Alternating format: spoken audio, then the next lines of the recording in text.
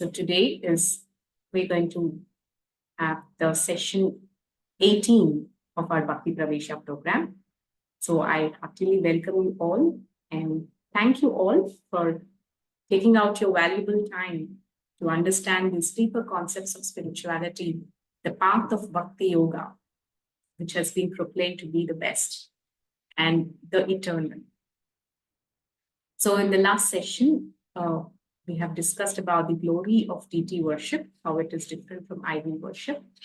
And we have seen how a deity or the Archa Vigraha is very, very special and the most merciful manifestation of God, because out of the 5 manifestations of God, the Supreme Absolute Truth, only one manifestation is accessible and perceivable with these current material senses, and that's the Archa Vigraha, the most approachable form of the Supreme Lord.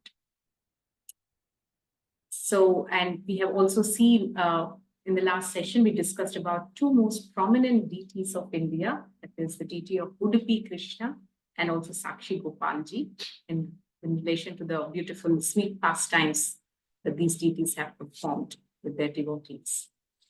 So today's session is a continuation of the theme of deity worship. But today we are going to invest time into what actually pleases the deity.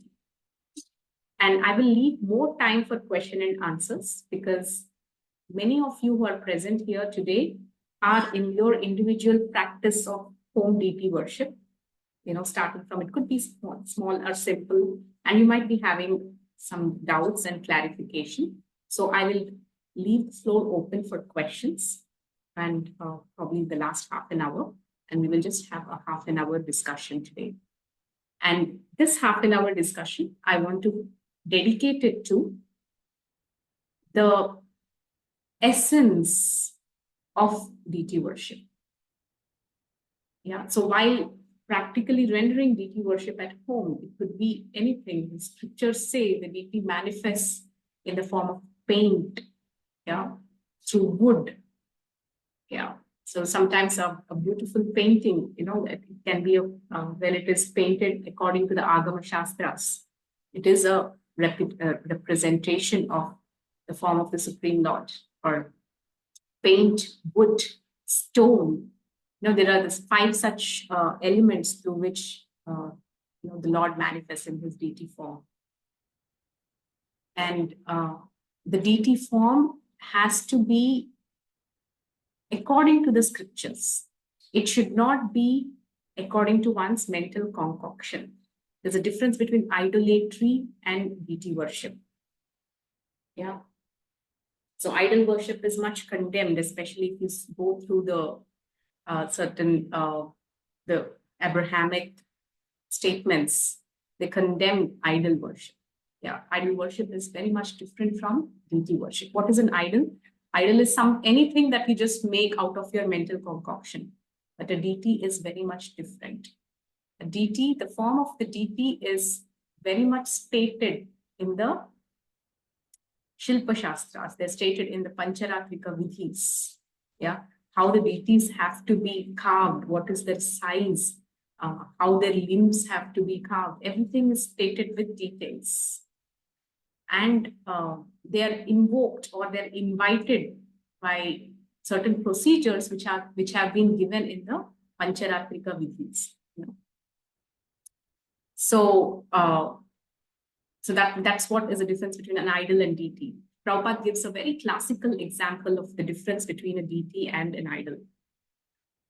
I do not know how many of you remember, but I'm sure our Sridevi ji will connect to what I'm saying. Like earlier times, there was something called post boxes. Yeah, these days they're not very much manifest with the email generation. So, so there used to be post boxes where we used to post our letters. And these post boxes, all the letters that we post are collected by the postmen and they were sent to the head post office or the general post office.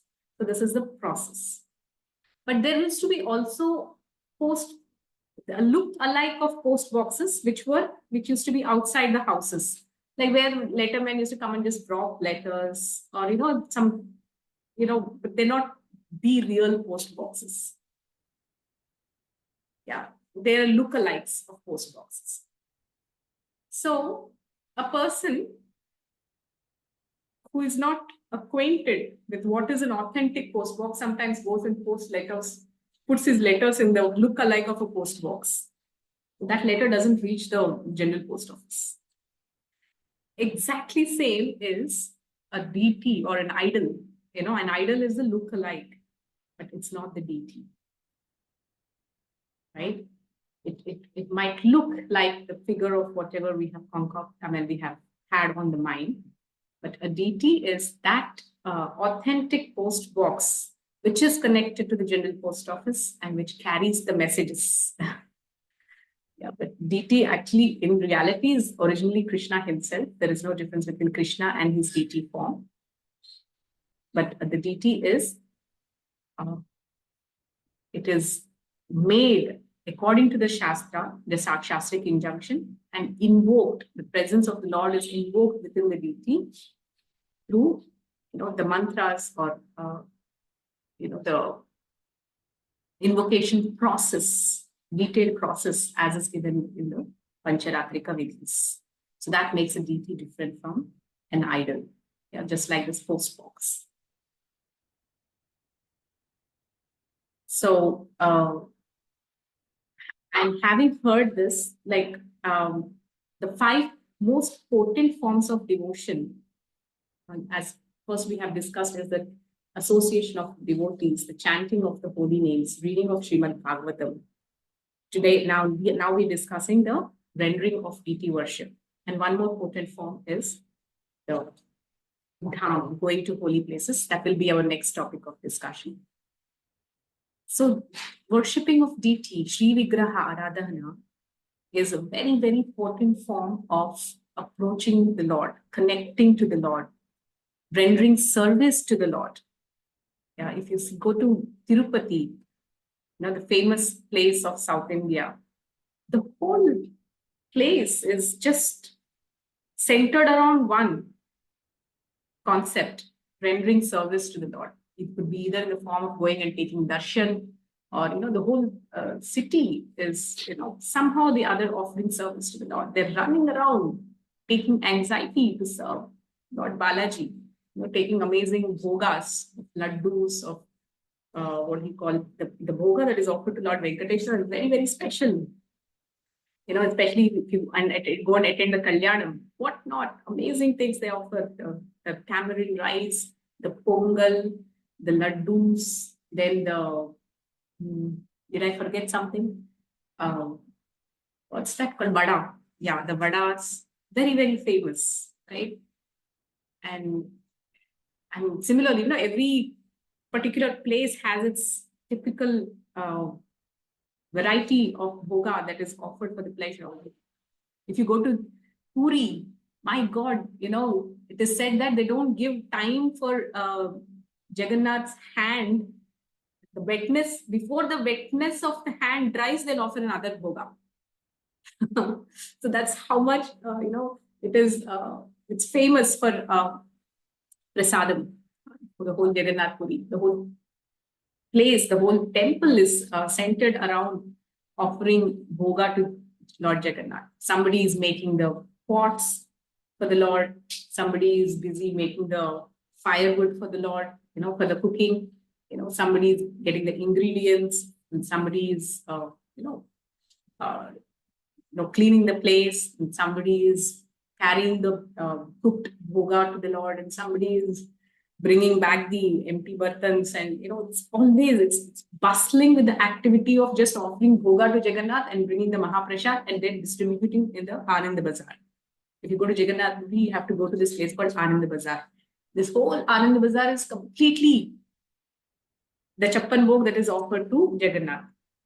The rice, the dal, the sabjis, then the malpua, the rabdi, the laddus, and various, so many kinds of sweets. Yes, so Puri Kshetra is famous for prasadam. Yeah, bhoga. So similarly, every place has its unique prasadam. There's a place called Annavaram, that that kshetra is famous for some type of sweet rice. Yeah, Kheer Chor Gopinath. It's very famous for the sweet rice that's available in matkas. So in this way, so what is all this bhoga? The bhoga is simply the offering of the love of the devotees to the Lord.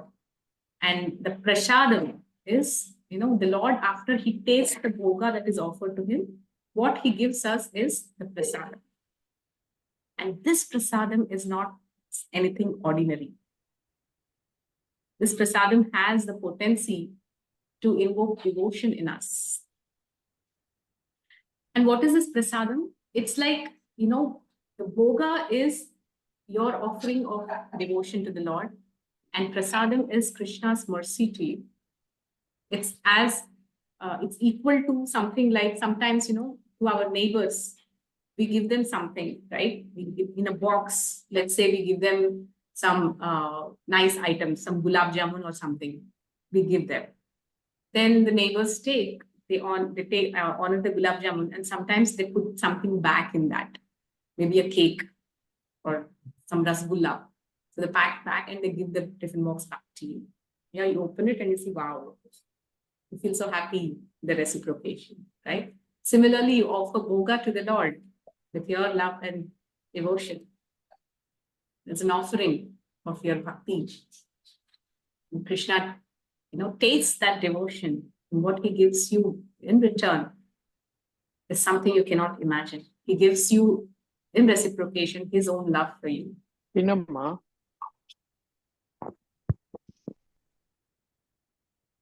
So this is how, bhakti is such a beautiful process of exchange between the Lord and his devotee.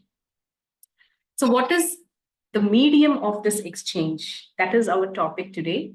And I want to discuss this medium of exchange through this beautiful verse of Bhagavad Gita, one of the core verse, which is the Patram, Pushpam, Phalam, Thoyam. And this verse speaks about the simplicity and the profundity of bhakti simultaneously. So I would like to share the screen and read the translation and the beautiful purport that has been given. And through that, let us discuss today.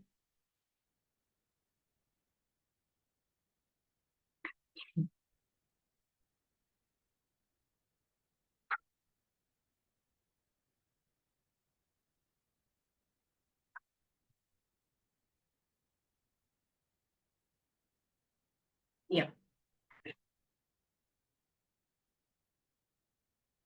So in this chapter of Bhagavad Gita, which is the most confidential knowledge, Krishna tells Arjuna, Patram Pushpam Phalam Thoyam Yome Bhaktya Prayachati Tadaham Bhakti Upahritam Ashnami Prayatatmanaha.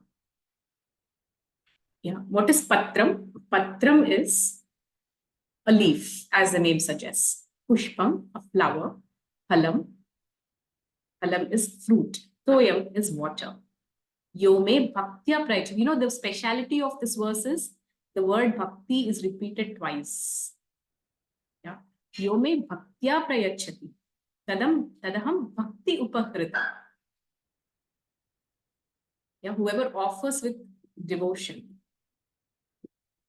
Ashnami Prayatatmanaha. Yeah. Prayatatmanaha means from one in pure consciousness. Today, one girl was asking me, when we are offering bhoga to the Lord, what should be our mood? Yeah. Today, it's going to be wonderfully explained through this purport. So please pay attention to every line that I read. So here Krishna is telling Arjuna about the simplicity of Bhakti Yoga. Yeah? If one offers me with love and devotion, yeah, a leaf, a flower, a fruit, or water, I will accept it. Perhaps the most sublime truths are the most simple truths. Yeah. So Krishna is telling about the highest process of the Bhakti Yoga. It is performed through the simplest way. And let us see what purport is given by His Divine Grace A.C. Bhaktivedanta Swami Srila Prabhupada. So Prabhupada says, for the intelligent person, it is essential to be in Krishna consciousness, engaged in transcendental loving service of the Lord in order to achieve a permanent blissful abode for eternal happiness. So it takes intelligence to make a choice of being happy. Yes, material world is such that it makes unhappiness or melancholy a kind of a default setting. It takes effort, or it takes a conscious choice to remain happy irrespective of the circumstances outside. If a person cannot make this conscious choice, then no matter how happy the situation outside, the person cannot be happy. But if a person can make this choice, no matter how stressful the situation outside, the person can remain happy. So it takes that intelligence for a person to make a conscious choice to make happiness one's way of life, and not just way of life, also the goal of life. And also happiness not as just a matter of transcending the dualities of material existence, but happiness as a matter of an eternal flow of bliss. So that is what is, eternal life, which is our original nature. And the process of achieving such a marvelous result is very easy and can be attempted even by the poorest of poor. This is what this verse is speaking about. But the process, but performing this most sublime process of Bhakti Yoga, one need not, distract oneself in accumulating qualifications which are materialistic in nature. Start from where we are. No matter where we are, the poorest of poor or the richest of rich, we all have access to these minimal resources called a flower, a fruit, and water, which can be simply offered to the Lord and attain His favor. But what to offer is very simple, but how to offer is a whole crux. Yeah, we all know when we're like, sometimes, there is what to offer, there is a lot. But how to offer is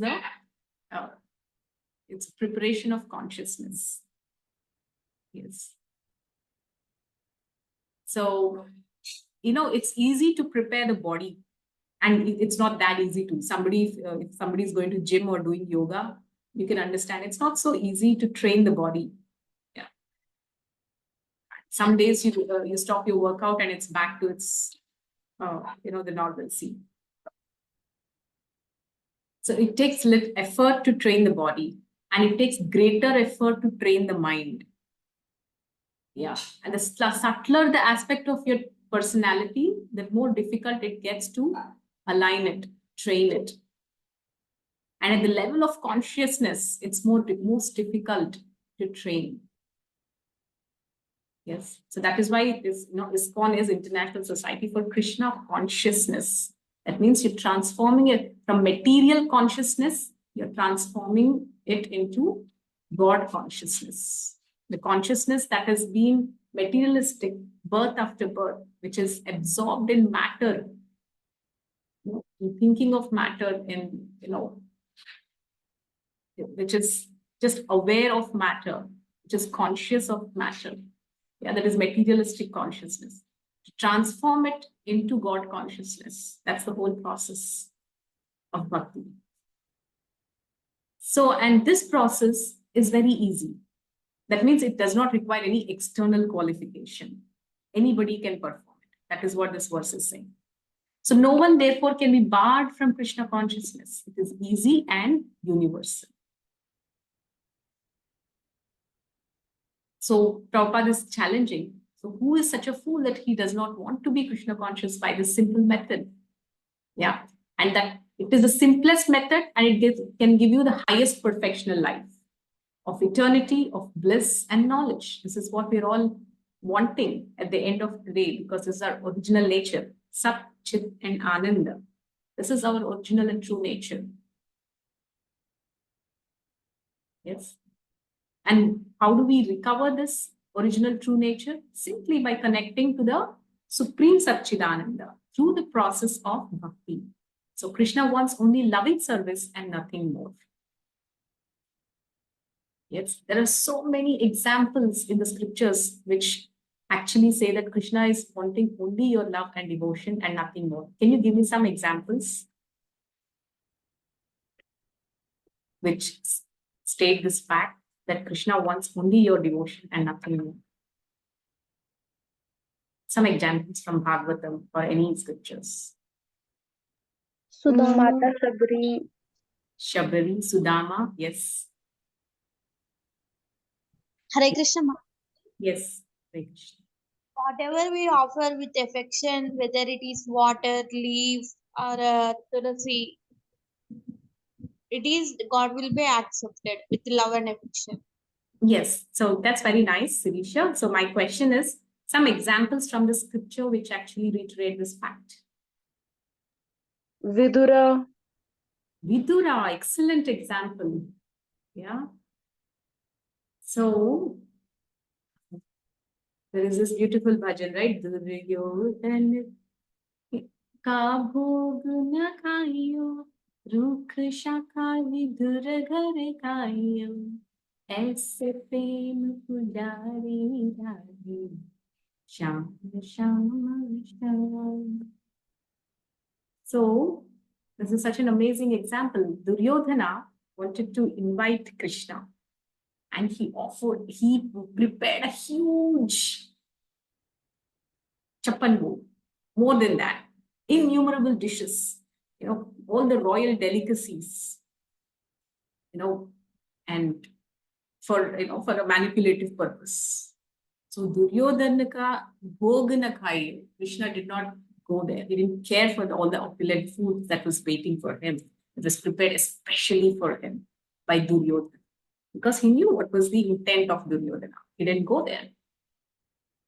But where did he go? He went to the house of Vidura. At the house of Vidura, he didn't expect that Krishna would come to his home. Vidura, he was thinking maybe Krishna would go to Duryodhana's palace for eating his food. But he went to Vidura's. And the wife of Vidura, she was not prepared. She didn't cook anything. So when Lord Krishna came and he was waiting, imagine, you're at home and Lord Krishna already, he just all of a sudden comes to your place. And it was nothing to offer. And quickly she went to the garden, and in the garden there were some bananas. So she brought all those bananas. And they were such pure devotees of Lord Krishna. And she was just amazed seeing that exquisite beauty, the chavi, the darshan of the Lord. She just forgot herself. And, she was sitting right in front of Krishna, and she was just pulling out the bananas from that whole bunch, and she was just peeling them. And, in her ecstasy of seeing Krishna and not wanting to blink her eyes even for a moment, her eyes just stuck in trance, absorbing that infinite beauty of the Lord. She was just removing the pith, and, throwing away the actual fruit and just giving the peel to Krishna. And Krishna, he was just tasting the love of his devotee. So when she was giving the peel, he just, ate that peel with such love. Imagine if we are sitting in front of somebody, no matter how much they love us, they, if they throw away the pith of the banana and they give us the peel, they said, "Arey, what are you giving?" Krishna is not like that. He's Bhakta Vatsal. He was thoroughly enjoying the devotion, the deep, ecstatic devotion of his devotee, in trance of which she was not even recognizing what she is offering the Lord. She threw away the fruit and she gave the peel. So Krishna ate that peel He was happy. And she took another banana. Again, she threw away the fruit. And again, she gave the peel. Again, Krishna ate that peel. Again, one more fruit. And she was just throwing away all the actual pit, the fruits, the pulp, and she was just giving the peel. And Krishna was just enjoying those peels. And at that time, Vidura just came and said, "Dear, what's happening? Do you know what you're doing?" And she got back to her normalcy. And she realized what she did. Apologetically, she really begged forgiveness. She then began, taking the banana, opening the peel, throwing away the peel, and actually giving the fruit. So at that time, Krishna said, "Na maza nahi aaya." The previous one was better. So this is Lord Krishna, that he enjoys the devotion of the devotee, the intent with which his heart, the intensity of the love of his devotee. That is why when Meera used to sing for Krishna, he used to come and dance in front of her. Bhakti is such a power. So once Srila Prabhupada said that all the impersonalists, Mayavadis, they say that, you are God, I am God, we are equal to God, So we are not different from God, we are all God. This is the claim of the Mayavadis.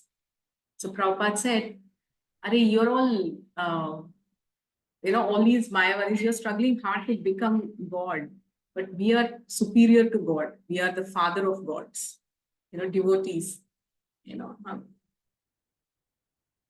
Nanda Maharaj and Yashoda Mai, they are the parents of God. Yeah. So we are even superior to God." So this is what Prabhupada says. Why are you behind just becoming one with God? Devotees are more than God. So that is what is the power of Bhakti. Bhakti has such power that it can subordinate even the Supreme Personality of God. And Krishna becomes subordinate out of his own sweet will. Yes, so that's a very nice example of Vidura. Somebody said that. Okay, so I was planning to complete the purport, but I think we are still in the first paragraph. So Krishna wants only loving service and nothing more. Krishna accepts even a little flower from his pure devotee. He does not want any kind of offering from a non-devotee. Yeah, this is what exactly I was talking about, Duryodhan. Yeah, Duryodhan was wanting to give what not? The best of delicacies, innumerable in number, royal, made of the best ingredients, super opulent. But Krishna did not care to accept that invitation or even go and even look at what Duryodhana was offering. He was just pleased and happy with what Vidura did, even the peel of bananas. He is not in need of anything from anyone because he's self-sufficient. And yet he accepts the offering of his devotee in an exchange of love and affection. To develop Krishna consciousness is the highest perfection of life. Bhakti is mentioned twice in this verse in order to declare more emphatically that bhakti or devotional service is the only means to approach Krishna. No other condition, such as becoming a Brahmana, a learned scholar, a very rich man, or a great philosopher, can induce Krishna to accept some offering. Without the basic principle of bhakti, nothing can induce the Lord to agree to accept anything from anyone. Bhakti is never causal, the process is eternal. Very beautiful words these are. Bhakti is never causal, the process is eternal. It is direct action in service to the absolute whole. What does this mean? Bhakti is never causal, the process is eternal. What does this mean? So this means that there is a beautiful verse in the Srimad Bhagavatam that says, "He is ahaituki apratihatam." Yeah, unmotivated and uninterrupted. That is, bhakti does not require any cause. Yeah. It is eternally existing within the living entity. That means it is not superimposed. It is the function, they say f of x. So function of living entity is bhakti. It's a natural energy of the soul, is to render loving devotional service to the Lord. It's being yourself, your being your true self is to be a loving servant of Krishna. And bhakti is not causal, and bhakti is eternal. What does it mean by bhakti is eternal? That is why we have something called bhakti rasa amrita. So bhakti rasa is an amrita, that is, it is ambrosial, it is nectar, that means it is undying. What does it mean by bhakti is eternal? For example, even in this material life, whatever acts of bhakti we perform are always eternal. Like, for example, in this lifetime, I have performed 80% bhakti. My next life will begin from 81% of bhakti. That is the beauty of bhakti yoga. Yes. But other things are not guaranteed. For example, I have a certain degree of intelligence, but I have not utilized my intelligence for the right purposes. There is no guarantee I will be born with the same intelligence in my next life. Yeah, anything can be interrupted. But bhakti is such a thing, such a eternal element that whatever you perform is with you for all time to come. Yeah, and the rasa is eternal. That's why it is called Bhakti Rasamrita Sindhu. That is it. It is an ambrosia that brings to life your dormant self. Yeah, the living entity which has forgotten the Supreme Lord comes back to his original position by actually, taking to the process of Bhakti Yoga. That is why Bhakti is eternal and it is not causal. It is direct action in the service of the absolute whole.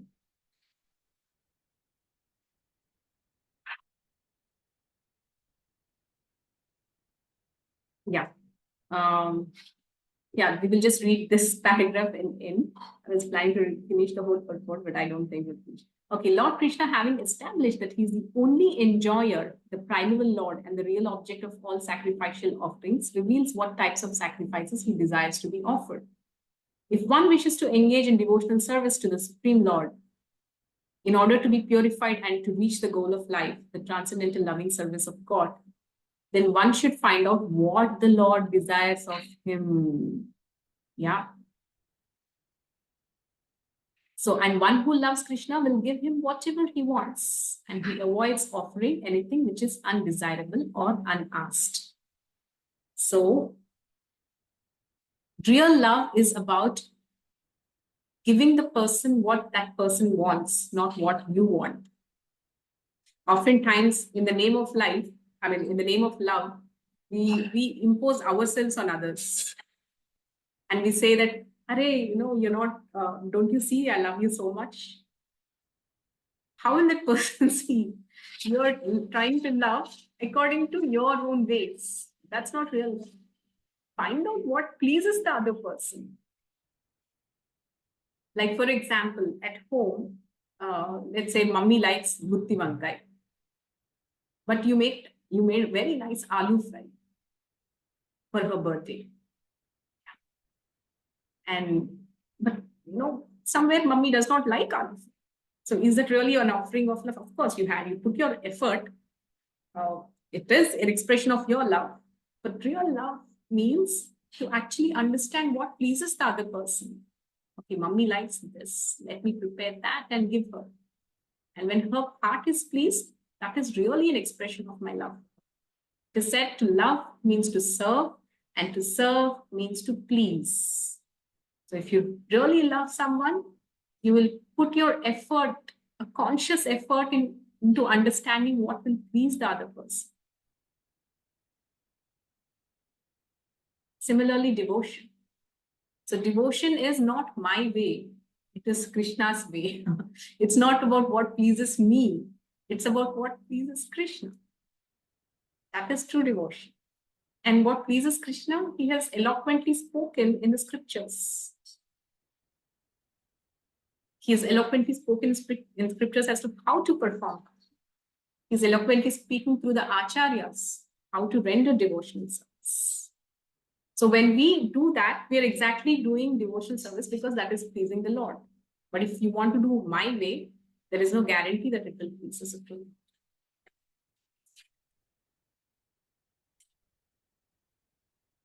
Okay. So that is devotion. Devotion is to serve Krishna in his ways. We will go to the preparing nice simple vegetable dishes, offering them before the picture or deity of Lord Krishna, and bowing down and praying for him to accept such a humble offering enable one to advance steadily in life, to purify the body, and to create fine brain tissue, which will lead to clear thinking. Just by this simple process of offering bhoga to the Lord, one can make such rapid spiritual advancement. Yeah. And how to offer bhoga? Bring some fresh fruits, fresh vegetables, cook them, and have a nice plate that is dedicated for the Lord, and put a tulsi on it and offer it for the pleasure of the Lord and accept it as Mahaprasadam. What this Mahaprasadam does for us, it purifies our consciousness. It purifies, the finer tissues of the brain. Yes, you become more radiant. I mean, if you want, you can perform this experiment on yourself and see. If you just simply by this process of honoring only Krishna Prasad for some time, make it 1 or 2 months, you become very radiant. Yeah. I mean, offer the right foods to the Lord. And it clears the sins of the person. Yeah. There is a beautiful verse in the 3rd chapter, 13th verse of Srimad Bhagavad Gita. Yeah. Yajna Shishtasana Santo Muchyante Sarva Kilvishay. Yeah. Yajna Shishta. Yajna Shishta means the remnants of prasad that is offered to the Lord. Yajna Shishtasana Santo. Santa means the devotees. Muchyante Sarva Kilvishay. The devotees, simply by honoring the Mahaprasadam of the Lord, are freed from all the kleshas, kilbishas, from all the sins. On the other hand, those people who simply eat, food that is cooked for themselves, they verily eat only sin. Yeah, bhunjante tetva agham papam. Bhunjante tetva agham papam. They simply eat only sin. Who? Ye pachanti atma karanat. Those who cook simply for themselves. Atma karanat means for their own sense gratification.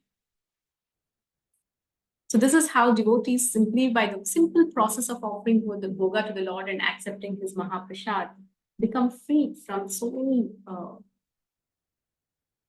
sinful tendencies, the sins, the sinful reactions of the past. And they become blissful and happy in life.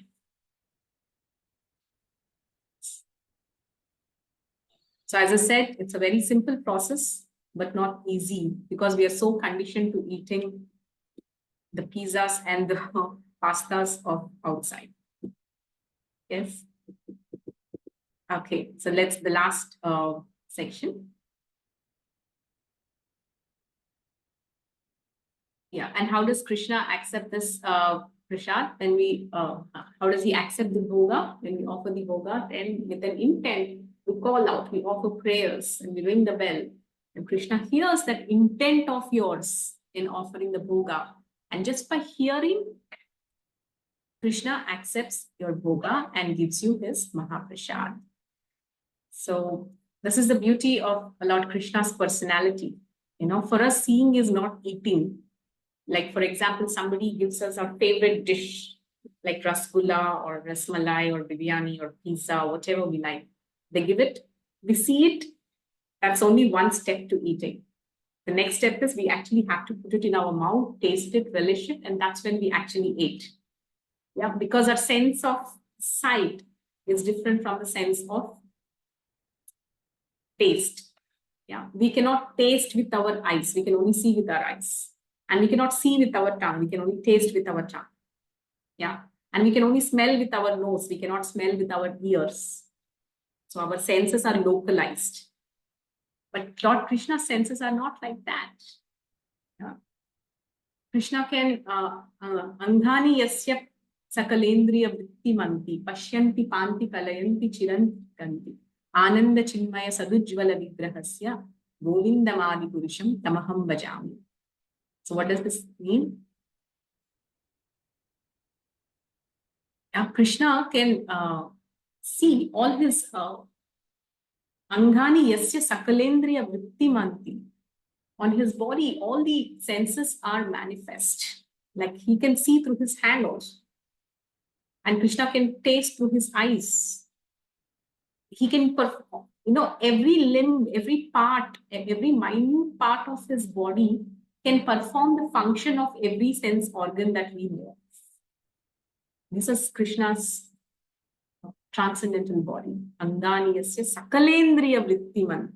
All the indriyas, all the sense organs are manifest in every part of his body. Pashyanti, panti, kalayanti, chiram. So he can see, they can hear everything. All the objects, all the sensory perception. This is, I think, beyond our, in our PhD, we are doing this tanmatras, right? Perceptions of the different senses. So this is something impossible to perform on Krishna. So this is how Krishna's senses are. So when we are offering the bhoga to the Lord, what Krishna is saying is not just what's on the plate. He's hearing the intent of the heart of the devotee. What's there in the heart of the devotee? So the devotee is offering with the intent, oh Krishna, kindly accept this bhoga. I have made this for you. Or I have brought this for you and I'm offering it to you for your pleasure. Kindly accept it out of your mercy. If this is your intent and you're offering it through the medium of the spiritual master, understanding oneself to be unqualified to be directly approaching with Krishna. And Krishna hears that intent, and just hearing that intent, he's tasting what you have offered.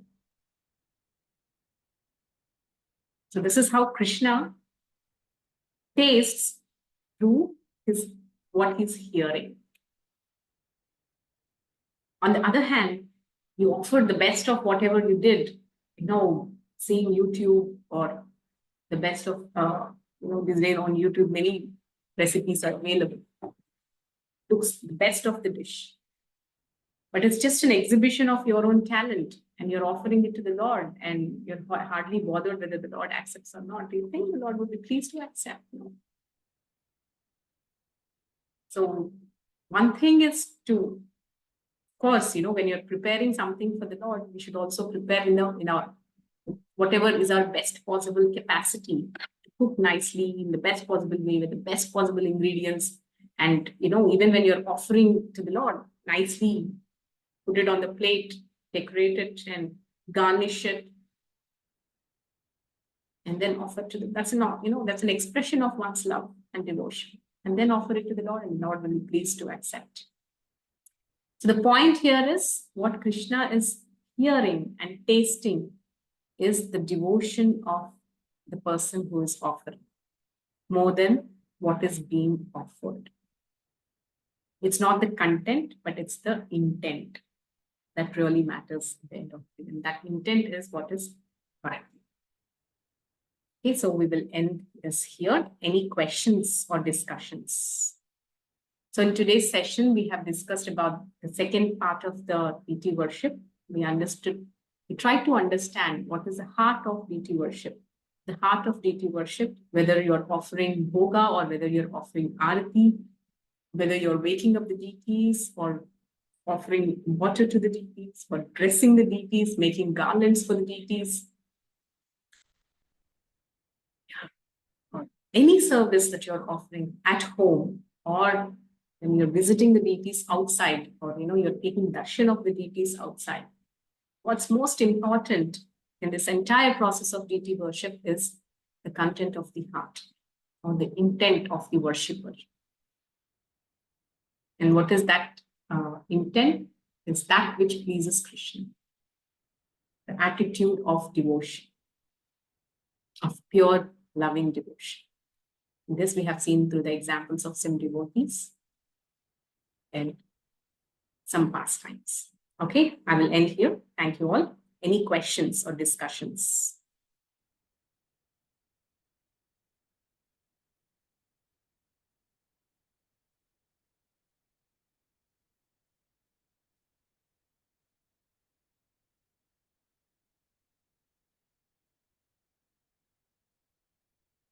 Hare Krishna, any questions?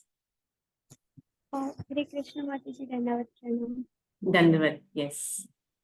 Sorry, Mataji, I joined late. I heard that you dedicated song for me. Thank you so much.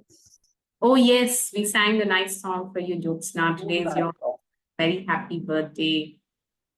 Thank you, Mataji. I'll hear the recording definitely. I didn't record. We will sing it for you tomorrow.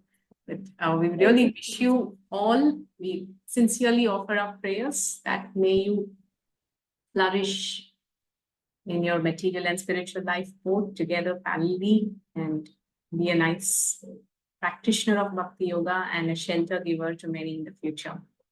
So our sincere and best wishes, and a sincere gratitude to you for all your wonderful services. Thank you so much.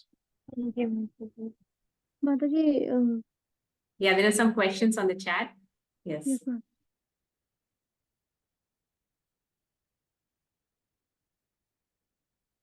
Yes, people are getting married with series.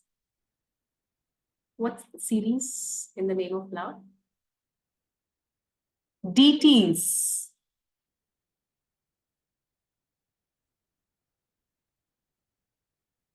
Okay, is it right, people? Yeah, I mean, I have seen these alarming things that are happening as a byproduct of Kali Yuga, but it's With Laddu Gopal, matlab na? People getting yeah, married with yeah, Laddu Gopal. yeah. I have seen this in the even in the news. There are some such similar cases. I mean, how deep is a person's devotion? Only the Supreme Lord knows. But there are some things which I can share. In the past, there have been great examples like Andal. Yeah, Andal is Goda Devi. She is one of the 12 Alvars of the south. She is the incarnation of Bhumi Devi herself. Yes, and her birth was unusual. Like it was not from a mother's womb, but she has been, her father Vishnu Chitta, who is also an Alvar. He has found her in the Tulsi bushes. And he raised her as a loving father. And when she grew up, she only wanted to marry Ranganath, Lord Krishna. And her desire was so intense. And her father also was being a pure devotee of Supreme Lord himself. He understood the desire of his daughter. And in fact, like when she grew up and she came to the marriageable age, in a palanquin, just like how a father hands over the daughter to the groom, he actually took her in a palanquin and left her at the Srirangam temple. And right in front of everyone's eyes, she went into the sanctum sanctorum of the temple and she disappeared there. This has been recorded in the Sri Vaishnava literature. And there are so many temples of Goda Devi or Andal. So these are situations where genuinely, they're born for Krishna, eternal associates of Krishna. And it's natural for them to get married to the Lord in that way. And of course, these kind of like some concoctions of those are certainly alarming. These great personality cannot be imitated. Such a level of devotion is reached after going through many, many lifetimes of purification. There's also like another example of the daughter of, I think, Ganga Narayan Chakravarti, who is in the Vaishnava literature, who after she took birth, her whole life was, she only spent in chanting the holy names of the Lord, and she had no interest in anything else right from childhood. She only chanted the holy names of Krishna and nothing else. So this kind of an exalted devotion is something that manifests after many, many lifetimes of bhakti, or it is manifest in the Nitya Siddhas, like the eternal associates of the Lord. And as I said, this is an example which is just a few centuries ago, which I'm talking about. So, and Gangana and the father of this girl, when she grew up, certainly she was not inclined towards marriage, and she was handed over in Radhakund, where she completed her remaining bhajan on the banks of Radhakund in the association of Vaishnavas. So these are very rare examples, and they cannot be imitated. And so what we see in the news, we do not know the reality of what their life is. I mean, just by seeing externally, we cannot judge, but it's not a very recommended process, because the most exalted devotees have shown by example, even in the Chaitanya Charitamrita, that to follow an ideal grihasthashram. Like, for example, Mother Janava, who's a consort of Nityananda Prabhu, although she is very, very exalted, she has always lived like an ideal wife. So the ideal we cannot prescribe anything, but these are sensitive things, and certainly imitation is not acceptable at any level. There are some exceptions in the Shastras and in the Puranas, where there are some women who dedicated their life and who wanted the Supreme Lord himself as their husband. Another example is Vedavati. Yeah. She did tapasya. She did enormous tapasya to have Lord Vishnu as her husband. So such tapasyas can be done, but one cannot just come and declare that I'm marrying this idol or deity and done. Even, for example, Meera, although she had so much of devotion to the Lord, she's a queen, Rajputani, right? But they have married her, and she did get married to the king by accepting the traditions of the family. Yes. So exceptions are there, but the problem is we all think we can be the exceptions to the rule. But exceptions manifest as a matter of a natural outcome, not a superimposition, and they should be differentiated. Yes, and imitations, one of the setback with imitations is they don't sustain. We cannot imitate for long. We can imitate for some time, but ultimately, you come back to your original nature. So it's a test of time that will actually declare whether somebody is genuine or not. Yeah, but certainly this kind of process is not recommended, because even in the public, it creates unnecessary distractions in the name of bhakti. Okay, any other question? Hope that answers you, Meghna. Yes, Mother. Thank you, Mother. Hari Bol. Hare Krishna, what is it? Hare Krishna. Yes. Like, we offer bhoga to Krishna Ramadevi. Yes. Sometimes when we offer fruits, we don't cut them if we offer them in large amounts. And without tasting, we offer, but they will be sour or they will be spoiled inside. If we don't know about it, then how can we offer in such cases, Mataji? Without tasting, we have to do. Yes. So, welcome to Grihasthashram.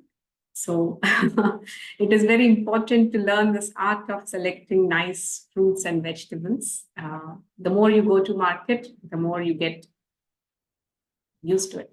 I mean, till date, like kind of mangoes my dad gets, I can't buy them no matter what I do. I can pay the best amount of money and select the best fruits. But at the end of the day, whatever my dad gets, those mangoes taste really, sweet and extraordinary. So this comes with practice, experience to select the best fruit, which is tasty and sweet and all. And of course, yes, offering the fruits after cutting them is after cutting them is more ideal than offering it without thing. Like, for example, I've seen devotees pomegranate, when they peel it, they ensure even that, sometimes when you peel the pomegranate and all the grains are out, sometimes those white skin still remains, right? So there are devotees who are so keen on offering the best to the Lord that they hand pick all those small white things, and they offer only, you can see only the pure red grains of the pomegranate, and only that they offer to Krishna. So it depends on the individual how much we are ready to invest our. Now again, I said, it's the heart of the devotee that Krishna sees. She's investing time, to give me the best. Wow, Krishna enjoys that. Krishna, today I'm running late. I'm unable to offer, the best way, but please, I'm trying to offer this. Please accept. Krishna understands that too. Yeah. But you wake up more early and, be more prepared just to offer a very nice offering to the Lord. You get more marks, brownie points. So at the end of the day with Krishna is, Ye yatha mam prapadyante tam stataiva bhajamyaham.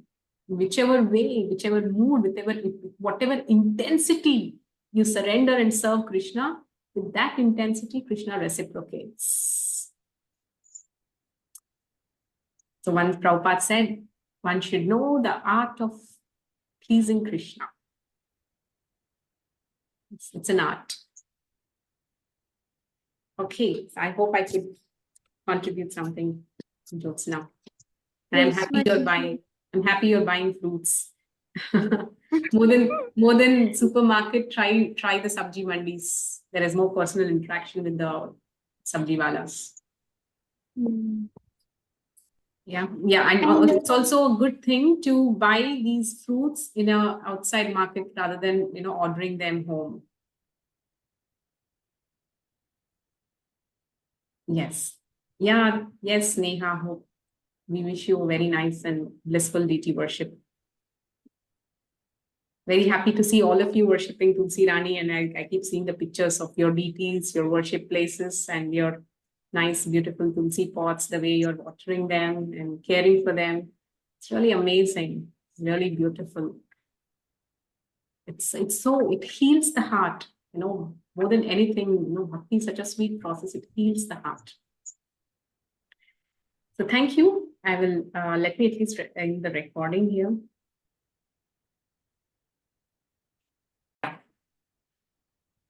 Yes. Even though we choose cautiously now, at some places because of heavy usage of pesticides or medicines, only after eating will we realize the taste of that medicine. It's not tasty. It may be fruit or a leafy vegetable. Just by seeing, sometimes not be able to differentiate. In such cases, if we offer to Lord and then taste and then we realize it's not good. Yeah. So at that time, what we can do is we can genuinely feel bad and offer something nice after that. Like once in my initial days of practice, I once made pav bhaji for Krishna, and it turned out very spicy, a lot of spice. So immediately I ran and offered some sugar. I was thinking, I'm finding it so spicy. How might, Krishna might have felt with this. I went and offered a bowl of sugar. So it's like whatever you feel. You feel, oh, I've offered this fruit to Krishna, it's sour, it's bad. So let me offer something nice now. Maybe you can have dates, which can hardly go wrong, or some nice cashews or almonds, something like that, or even good jaggery. You can offer that. So, yeah, before offering bhoga to Lord, is it okay to smell the fruits? Is it sour or not? Yes, oftentimes when we buy mangoes, we first smell them. Are they sweet or not? No, Yes. Mataji, today I did the same. Then my Mataji said like, if you are smelling means that fruit you should not offer. Strictly speaking, yes. Yeah, strictly speaking, I mean, see, the idea is with an idea of enjoying, we should not. That is, Wait, my Mataji said like, you are smelling means what Krishna will do. So that fruits you should not give to Krishna. So like, what should I do? no, it's simply, I mean, you can smell it in the mood of, I want to offer the best to the Lord. Yeah. Like sometimes, see, when you're in the kitchen and you're cooking, Hmm. those fragrances Yeah, keep smell entering aata hai. into your nose, and somebody sitting in the hall and all, they're all, smelling the flavors, even before it's offered to the Lord, right? Some things are inevitable, but always the best thing we can do is just keep consciously, let's try to keep in mind that this is for the pleasure of the Lord. मतलब cut जब मैं कर रही थी तो मुझे लगा थोड़ा खट्टा है, तो मैं जस्ट स्मेल करके देखी मीठा है कि नहीं, तो मम्मी ने कहा कि नहीं नहीं ऐसे नहीं करना है। तो फिर मैंने दूसरा कट किया, फिर मैं बिना स्मेल किए फिर भगवान जी को मैं दी जाती। I would suggest you should listen to your mummy. Okay. Something that's coming from mommy who's were practicing for so long. They are our best teachers. Thank you, Mataji. Yes. Okay. So it was wonderful. Thank you all very much for your enthusiastic participation in the class. Hope this class helps you in your own Mataji, personal practices. Yes. Mataji, okay, I have a question only. That is, I want to start Mangal Aarti. So what should be the time? Because 5:30 to 6:30, 7 o'clock we are always chanting. And start कैसे करना है? सारा ही I have to complete, और या फिर कैसे? मेरे को learn नहीं है. I don't know Mangal Aarti and all. So Yeah. how to start it? Good question. So there is something called a temple standard. Temple standards are generally very high because the devotees staying there are dedicated to the whole process of deity worship, and the standards are on the higher side. So Mangalarti in temple starts at 4:30. So from 4:30 to 5:30 is the Mangalarti, and 5:30 to 7:30 is the japa.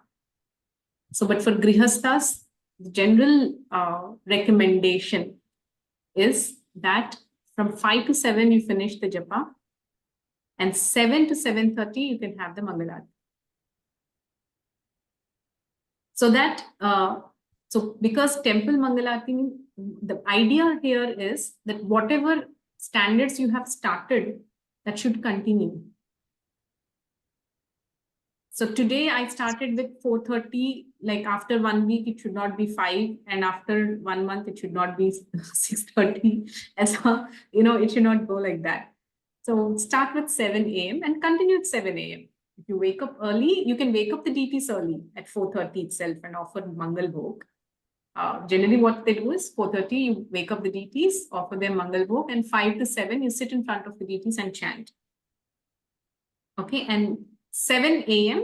offer the Mangalarti, 7 to 7:30. The Guru Ashtakam, followed by Narasimha Swami prayers, and followed by Tulsi Aarti. Yeah, if you really do it nicely in half an hour, all these three are taken care. Mataji, what is Mangal Bhog?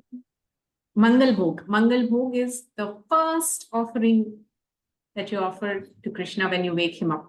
Whenever you wake up the deities, first you should offer.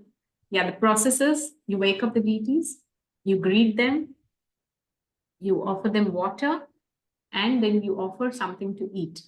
So generally we wake up the deities, open the curtain, and we think they have woken up.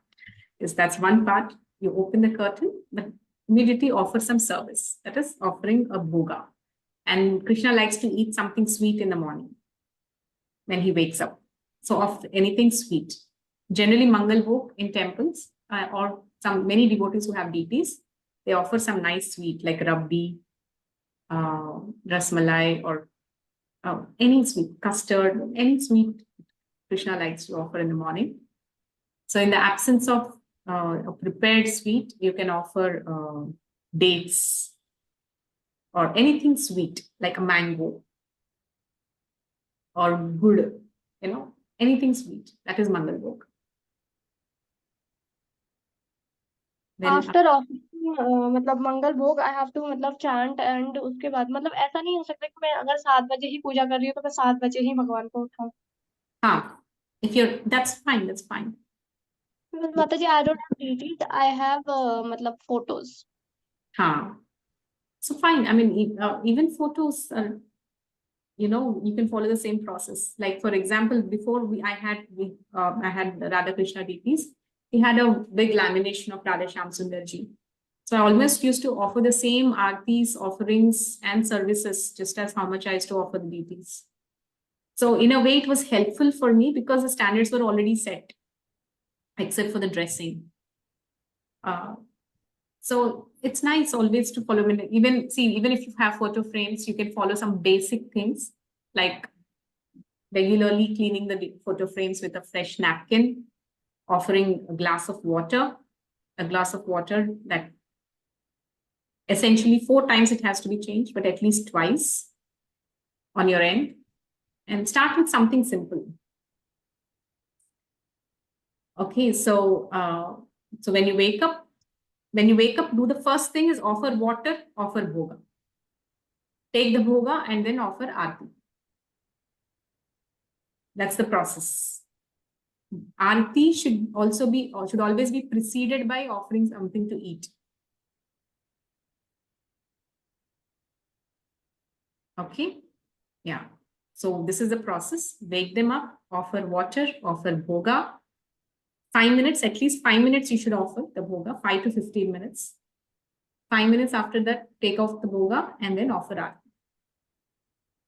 That completes the process. Somebody asked me a question here. How many times is it necessary to offer bhoga? So basically, it is said that whoever is at home, whoever deities they are the temple presidents. Like in your home, you are the temple president. And you set standards. And set standards in a way that you follow. Like for example, bhoga offering. You commit for, because you're working. Let's say I commit for offering at least 1 bhoga a day. 1 offering a day, I commit. That is my commitment. And beyond that, any number of things I offer is fine. But that commitment you have to stand by, no matter what. It could be 1 offering or 2 offering or 3 offerings or 4 offerings. It's your commitment, but stay by that commitment. What is bhoga? So bhoga means the food that you offer the Lord is bhoga. After offering, it becomes prasad, mahaprasad. Okay, the food items that you offer the Lord is the bhoga. That means it is for the pleasure of the Lord. That is why it is called bhoga. And then after offering, you take the plate, it becomes prasad.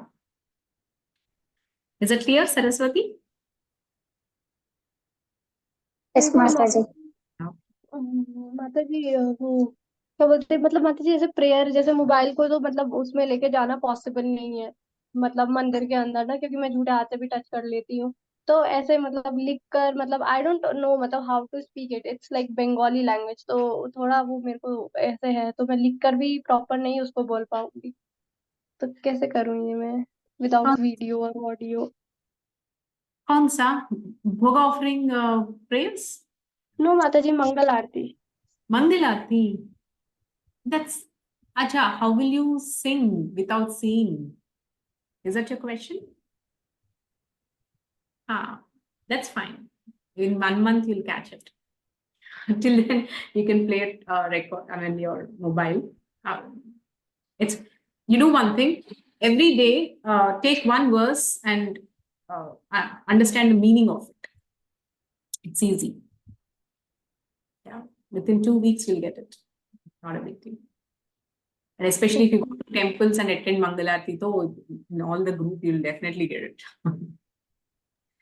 Jyotsna Mataji sings very well. She can help to everyone regarding singing, Yes. bhajan. Who? I didn't hear that. Jyotsna Mataji. Jyotsna, yes, definitely. Jyotsna Yeah. can. I love her voice. Yes. Yes, and she's a official nightingale of Bhakti Lata Care. Yes, very well. Hare Krishna. So it's a wonderful discussion. I wish you all the best in rendering nice, wonderful gatekeepership in your own situations. This process, as Krishna said, is very, very simple, but very sublime, very potent. There are so many research studies that are going on to understand the influence of bhakti on the psychology of a person. Yeah, it can truly heal hearts, and it can connect us to the highest truth. So I wish you all the best and a happy bhakti yoga process. So I will end here.